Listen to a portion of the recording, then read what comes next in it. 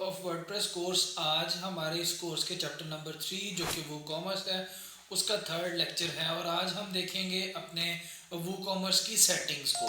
तो जैसा कि हम लास्ट टाइम पे वो कॉमर्स का सेटअप सारा कर चुके हैं, उसको इंस्टॉल कर लिया हमने। उसके बाद जो है वो उसका जो मेन विजिट सेटअप होता है उसमें कुछ चीज़ें होती हैं, जैसे कि आपने स्टोर बताना होता है, तो वो चीज़ें हमने जो है वो ऑलरेडी कर ली हैं। तो जिन लोगों को उन चीज़ों का आइडिया नहीं है और उन्होंने नहीं देखा तो हम उन्हें सजेस्ट करेंगे कि आप जो है वो हमारा पिछले वाला लेक्चर जाके ज़रूर देख लें। ठीक है, तो आज जो है वो हम चलते हैं अपनी सेटिंग्स की तरफ। तो यहाँ पर साइड मेन्यू के अंदर वो कॉमर्स में है जो सेटिंग्स, उस पर क्लिक करेंगे और जो वो कॉमर्स की अपनी सारी सेटिंग्स हैं वो सारी ओपन हो जाएंगी। तो इसके लिए ये है कि जब आप वो कॉमर्स से जो है वो अपना ई कॉमर्स स्टोर बनाना स्टार्ट करें तो अपनी प्रोडक्ट्स वगैरह को अपलोड करने से पहले, अपनी प्रोडक्ट्स वगैरह को क्रिएट करने से पहले, ईच एंड एवरी जो भी चीज़ें हैं अपने ई कॉमर्स स्टोर के लिए करनी है, उनसे करने से पहले जो है वो आप अपने वो कॉमर्स की सेटिंग्स को मैनेज कर लें।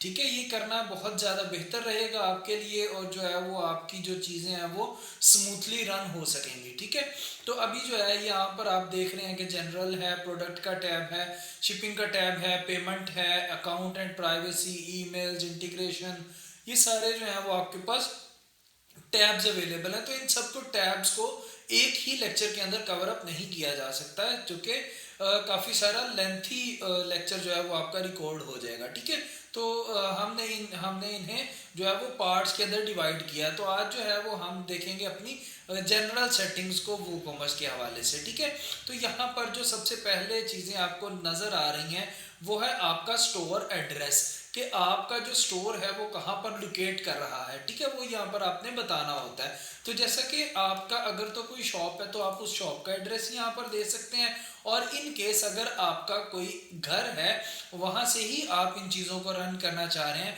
तो आप उस घर का यहाँ पर एड्रेस इजीली ऐड ऑन कर सकते हैं। जैसा कि मैं अपनी कंपनी का जो एड्रेस है वो यहाँ पर ऐड ऑन कर देता हूँ। ठीक है,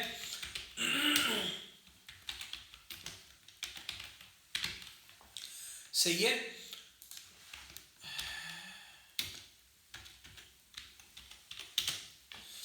ठीक है, अगर आप यहाँ पर सिटी ना भी लिखना चाहें तो जो है वो आप यहाँ पर सिटी के ऑप्शन के अंदर भी अपनी सिटी को मेंशन कर सकते हैं। ठीक है, तो उसके बाद जो है वो आप अपनी कंट्री और स्टेट बताएंगे कि आपकी कंट्री कौन सी है। ठीक है, मैंने यहाँ पर पाकिस्तान पंजाब चूज़ कर लिया है। पोस्ट कोड में यहाँ पर लिख देता हूँ उकाड़ा के हिसाब से। ठीक है, ये चीज़ें हैं बेसिकली सारी आपकी स्टोर के एड्रेस के हवाले से। आप दूसरे लाइन पर भी अपना स्टोर का एड्रेस ऐड ऑन कर सकते हैं। ठीक है, तो ये बेसिकली एड्रेस, सिटी, कंट्री और पोस्ट कोड है आपके स्टोर का, कि आपका स्टोर कहाँ पर लोकेट कर रहा है। सही है, उसके बाद जो है जनरल ऑप्शंस आ जाते हैं कुछ, जिसमें से वो सबसे पहले पूछता है आपसे कि सेलिंग लोकेशंस कौन सी हैं। क्या आप जो हैं वो अपनी प्रोडक्ट्स को all over the world, all countries में सेल करना चाह रहे हैं, या आप सब कंट्रीज पर सेल करना चाह रहे हैं, ऑल कंट्रीज में, लेकिन कुछ कंट्रीज को आप एक्सक्लूड करना चाह रहे हैं, कुछ कंट्रीज को आप निकालना चाह रहे हैं। तो आप इस ऑप्शन को क्लिक करेंगे और यहाँ पर लिख देंगे कि जैसा कि मैं लिख देता हूँ जी, मैं इस कंट्री पर जो है वो अपनी प्रोडक्ट को नहीं भेजना चाह रहा, या मैं नहीं सेल करना चाह रहा। ठीक है, ये इस तरीके से मैं सिलेक्ट कर लूँगा। सही है, तो अगर जो है वो इसके अलावा आप ऑल कंट्रीज में सेल करना चाह रहे हैं तो आप ये ऑप्शन चूज करेंगे, और अगर आप चाह रहे हैं कि आप सिर्फ एक स्पेसिफिक कंट्री को ही चीज़ें सेल करें तो तब आप यहाँ पर जो है वो सिंपल जिस कंट्री को आप सेल करना चाह रहे हैं वो मल्टीपल भी हो सकती हैं, वो सिंगल भी हो सकती है, वो दो भी हो सकती हैं। सही है, तो वो कंट्रीज आप यहाँ पर मेंशन कर देंगे। उसके बाद जो है शिपिंग लोकेशंस वो पूछता है कि क्या आप उन्हीं कंट्रीज को शिप करना चाह रहे हैं जिन कंट्रीज पर आपने सेलिंग कर रही है। सही है, मतलब जिन कंट्रीज को आप सेल कर रहे हैं उन सब कंट्रीज को अगर आप शिप करना चाह रहे हैं तो आप इसी ऑप्शन को रहने देंगे। और अगर आप ship to all countries, it's mean that कि अगर जिस कंट्री को आप सेल नहीं भी कर रहे ये उस कंट्री को भी शिप कर रहे हैं आप। ठीक है, ship to specific countries only, जैसा कि मैंने पाकिस्तान चूज किया हुआ है तो मैं यहाँ पर पाकिस्तान भी दे सकता हूँ। ठीक है, और इसके अलावा अगर मैं यहाँ पर जो है वो शिप टू ऑल कंट्रीज या ship to all countries except for ये, और उसके बाद जो है आप इसको चूज़ कर लें।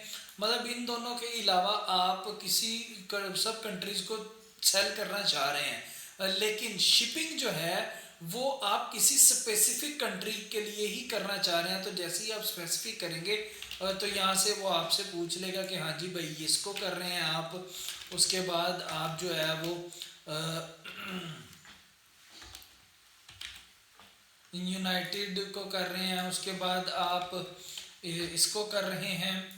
ठीक है, तो जिन जिन कंट्रीज को आप शिप कर रहे होंगे उन कंट्रीज को आप यहाँ पर ऐड ऑन कर देंगे। ठीक है, तो इन केस अगर मैं यहाँ पर जो है वो सिर्फ चूज करता हूँ कि शिप टू स्पेसिफिक कंट्री, और मैं सिर्फ इस अपनी पाकिस्तान कंट्री के अंदर ही इसको सेल करना चाह रहा हूँ, तो मैं जो है वो ship to all countries you sell to, मतलब जिस कंट्री को मैं अपनी चीज़ें प्रोडक्ट सेल कर रहा हूँ उसी कंट्री को मैं शिप भी कर रहा हूँ। सही है, तो ये चीज़ आ जाती है। उसके बाद डिफ़ॉल्ट कस्टमर लोकेशंस में आपके पास एक तो शॉप और कंट्री के रीजन, मतलब जो कंट्री या जो रीजन शॉप का है उसी को ही वो डिफ़ॉल्ट लोकेशन भी बना दे, और एक हो सकता है कि कोई भी डिफ़ॉल्ट लोकेशन ना दे, और एक हो सकता है जियो लोकेट। जियो लोकेट बेसिकली आपका जो है वो गूगल मैप के साथ इंटीग्रेट होता है, आपके कस्टमर की एग्जैक्ट लोकेशन जो है वो आपको अवेलेबल हो सकती है। तो इसलिए इन चीज़ों में से आप जो है वो चूज़ करना चाहें आप चूज़ कर सकते हैं। तो अभी के लिए हम जो है वो शॉप एज और कंट्री और का रीजन जो है वो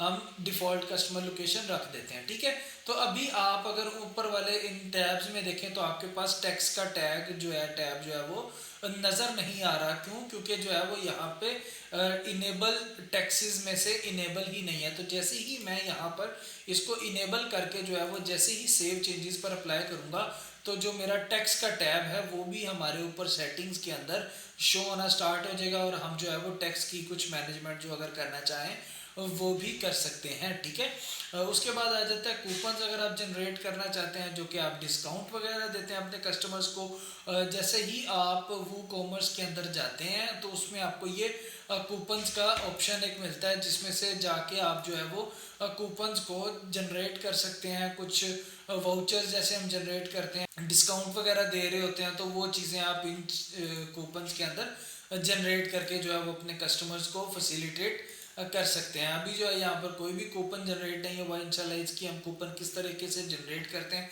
इसकी हम एक प्रॉपर वीडियो जो है वो ज़रूर बनाएंगे। ठीक है, तो उसके बाद जो है लास्ट बट नॉट लीस्ट के करेंसी ऑप्शंस जो हैं।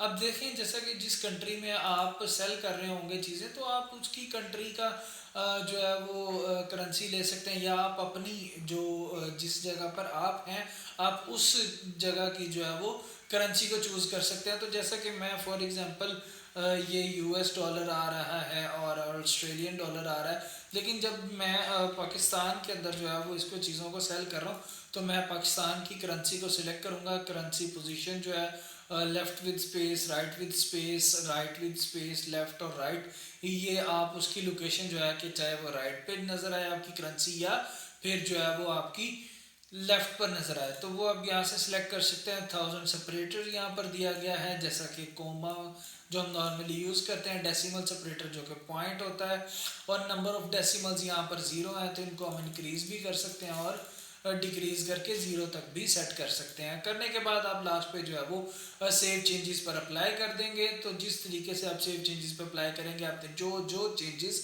अपनी जनरल सेटिंग के अंदर की होंगी वो आपकी सेव हो जाएंगी, और आपके सिस्टम आपके ई कॉमर्स स्टोर के लिए जो है वो सेट भी हो जाएंगी। उम्मीद करता हूँ आपको आज का लेक्चर अच्छे से समझ आया होगा।